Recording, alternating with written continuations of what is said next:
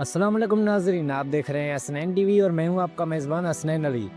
دوستو، یہ صرف ایک جنگ نہیں تھی، یہ ایک نسل کشی تھی۔ یہ صرف شام نہیں تھی، یہ انسانیت کا جنازہ تھا۔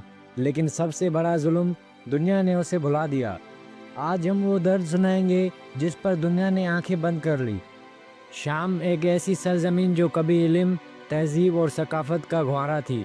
دمشق دنیا کے قدیم ترین شہروں میں سے ایک، لیکن پھر ایک دن نعرے لگے، آوازیں اٹھی، اور وہی آوازیں توپوں کی گونج میں دب گئی۔ 2011 میں شروع ہونے والا احتجاج جلد ہی ایک ایسی جنگ میں بدل گیا جس کا انجام آج تک نہیں آیا۔ جنگ کا پہلا شکار ہمیشہ معصوم ہوتا ہے۔ شام میں لاکھوں بچے یتیم ہوئے، کسی نے ماں کو اپنی آنکھوں کے سامنے دفن ہوتے دیکھا، کسی نے باپ کو ملبے میں دبا ہوا پایا۔ بچے جن کے کھلونوں کی جگہ اب ہتھیاروں کی آواز ہے، بچی جس کی لاش کے ہاتھ میں فقط ایک گڑیا تھی۔ یہ جنگ صرف زمینی نہیں تھی، یہ روحوں پر حملہ تھا۔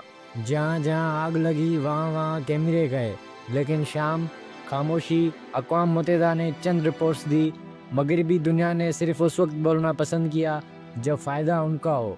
ادھر روس، امریکہ، ایران، ترکی، سب کی اپنی چالیں تھیں، اور بیچ میں وہ عوام جو صرف جینا چاہتی تھی۔ جب گھر زمین میں دفن ہو جائیں، جب مسجدوں میں خون بہے، جب اسکولوں میں دھماکے ہوں، تو لوگ کہاں جائیں؟ 40 لاکھ سے زائد شامی مہاجر دنیا بھر میں دربدر ہوئے۔ کبھی سرحد پر گولی، کبھی یورپ میں نفرت، اور کبھی کشتیوں میں ڈوبتے ہوئے بچے۔ یاد ہے وہ بچہ ایلون کردی؟ اس کی لاش ساحل پر ملی تھی، لیکن ضمیر کسی کا نہیں جاگا۔ یہ صرف شام کی بات نہیں، یہ کل فلسطین، کشمیر، یمن، اور شاید ایک دن ہم۔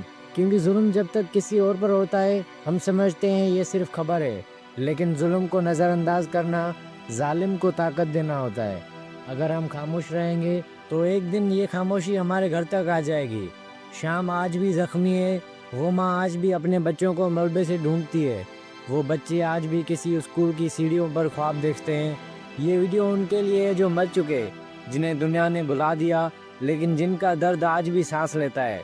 اس ویڈیو کو خاموش مت جانے دیں، اسے شیئر کریں، کیونکہ سچ کو دبایا جا سکتا ہے، مارا نہیں جا سکتا۔ ابھی کے لیے اتنا ہی، ملتے ہیں اگلی ویڈیو میں، تب تک کے لیے اللہ حافظ، جزاک اللہ۔